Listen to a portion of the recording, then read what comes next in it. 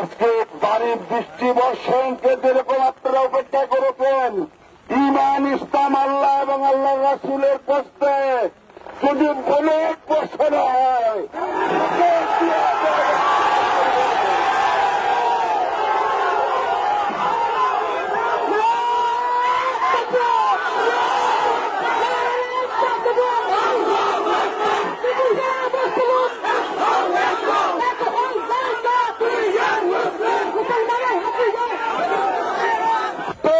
জনতার ঐক্য আজকের থেকে সেটার কার্যক্রম চালু হবে।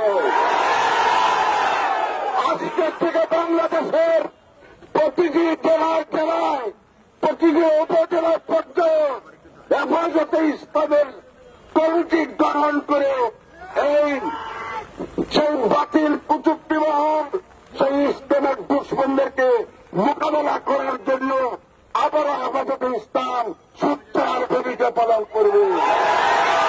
এই দেশকে মুসলমান শূন্য করতে চায়, এই মোদী ইসলাম বিদ্বেষী সেই দেশে আমাদের মুসলমানদেরকে শান্তি বজায় রাখে না। আমাদের সেই দেশের মুসলমানদের উপর একের পর এক জুলুম, অত্যাচার, নির্যাতন চরম সীমারে পৌঁছে গেছে। সেই শাহরিয়ার কবির, সেই আস্তরিন আছে, সেই তথাকথিত বিচারপতি, তারা এই দেশের ওলামা সমাজকে কলঙ্কিত করে এই দেশের দ্বীনি শিক্ষাকে তারা বন্ধ করে এই দেশকে স্পেন বানাইতে চান।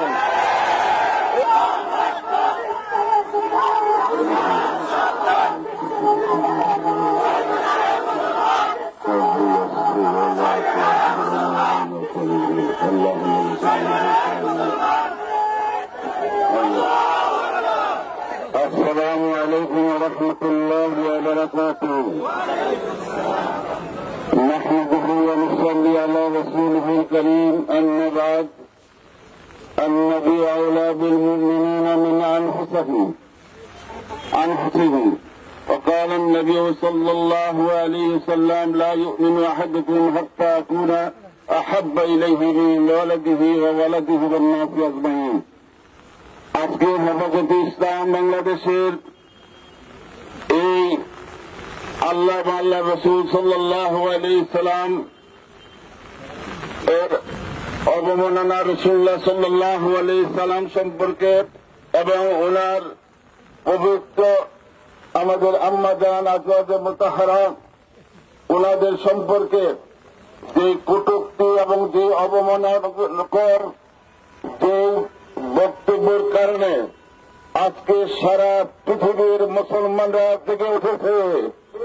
আজকে আমরাও হেফাজতে ইসলাম, এই দেশের তৌহিদি জনতা, এই দেশের মসজিদ মাদ্রাসা, এই দেশের উলামায়ে কেরাম, আমরা দীর্ঘ 3.5 বছর যাবৎ আমরা রাস্তায় নামি নাই, আমরা কোনো প্রতিবাদ করি নাই, আমরা কোনো মিটিং মিছিল কোনো কিছু করি নাই। কিন্তু আজকে আমাদেরকে কেউ রাস্তায় নামাইল? আমরা কেন রাস্তায় নেমেছি?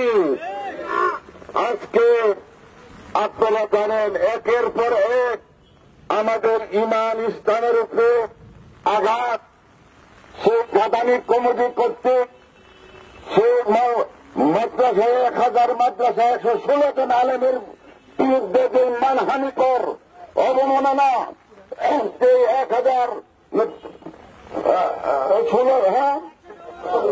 116 আলেম সম্পর্কে যে রকম অবমাননা করছে দুর্নীতি দমন বিভাগে জমা দিয়েছে, তারপরে এই আজকে আমরা নীরব থাকার কারণে আজকে আমাদের উলামায়ে কেরাম তারা শুধু ক্লাস এবং মসজিদ মাদ্রাসা নিয়ে নীরব থাকার কারণে আজকে কিন্তু বাতিলরা মাথা তারা দিয়ে উঠেছে। আজকে আমরা যদি মাঠে সোচ্চার থাকতাম তাহলে বাতিলরা মাথা তারা এরা সত্যতা দেখতে না। আজকে এই কথা সুস্পষ্ট, কেন আমাদের উলামায়ে কেরাম এই ভারত ইসলাম বিদ্বেষী সেই মোদীকে এই দেশে আসার জন্য কেন বাধা প্রদান করেছিল? আজকে সেটা সুস্পষ্ট হয়ে গেছে। ইহুদি ইসলাম বিদ্বেষী, সেই দেশে আমাদের মুসলমানদেরকে শান্তি বজায় রাখে না। সে আমাদের সেই দেশের মুসলমানদের উপর একের পর এক জুলুম, অত্যাচার, নির্যাতন চরম সীমায় পৌঁছে গেছে। আজকে তারা আমাদের মুসলমানদেরকে, এই দেশে হিন্দু বৌদ্ধ মুসলমান আমরা শান্তিপূর্ণভাবে অবস্থান করতেছি। আমাদের মধ্যে কোন সাম্প্রদায়িক উন্মাদনা নাই, আমরা মিলেমিশে কাজ করতেছি। আমাদের অফিস আদালতে চাকরি বাকরির সুযোগ ক্ষেত্রে আমরা যেখানে 90% মুসলমান, সেখানে আমাদের চাকরির ক্ষেত্রে দেখা যায় সেই অমুসলমান, সেই হিন্দু, তাদের চাকরির পার্সেন্টেজ হল 40% আর ভারতে আমাদের মুসলমানদের ক্ষেত্রে চাকরির পার্সেন্ট হল 4 থেকে 5% হবে না। কিন্তু সেই শান্তি সম্প্রীতির প্রমাণ আমরা রেখেছি। আজকে সেই হেফাজতে ইসলামের সেই চৌঠা মেন সেই ছাত্রা চত্বরে কে কোরআন পড়েছিল? কোন মুসলমান কোরআন পড়েছিল? হেফাজতে ইসলামের কোন কর্মী কোরআন পড়েছিল? আমাদেরকে তো তারা প্রতিনিধি দেখে না। আজকে সেই গাদানি, সেই শাহরিয়ার কবির, সেই আজতুরিন আছে, সেই তথাকথিত বিচারপতি, তারা এই দেশের ওলামা সমাজকে কলঙ্কিত করে, এই দেশের দ্বীনি শিক্ষাকে তারা বন্ধ করে এই দেশকে স্পেন বানাইতে চায়, এই দেশকে মুসলমান শূন্য করতে চায়। আমার ভাইরা, আজকে বাড়ির বৃষ্টি বর্ষণকে যেরকম আপনারা অপেক্ষা করেছেন, ঈমান, ইসলাম, আল্লাহ এবং আল্লাহ রাসূলের কষ্টে যদি বলে প্রশ্ন হয়,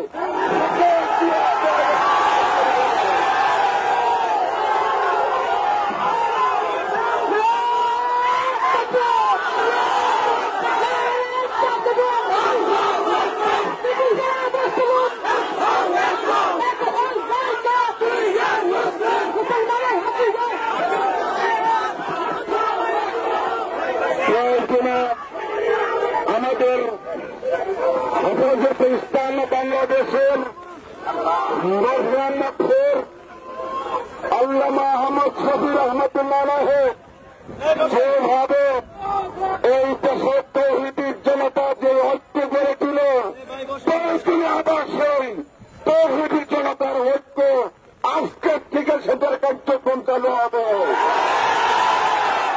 আজকের থেকে বাংলাদেশের প্রতিটি জেলায় জেলায়, প্রতিটি উপজেলার পর্যায়ে হেফাজতে ইসলামের কমিটি গ্রহণ করে এই সেই বাতিল প্রযুক্তিবহন সেই ইসলামের দুশ্মনদেরকে মোকাবেলা করার জন্য আবারও হেফাজতে ইসলাম সূত্রার ভূমিকা পালন করবে।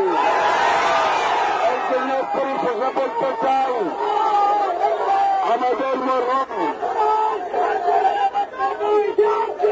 সংগ্রামী ছাত্র বন্ধুরা, সংগ্রামী ছাত্র বন্ধুরা,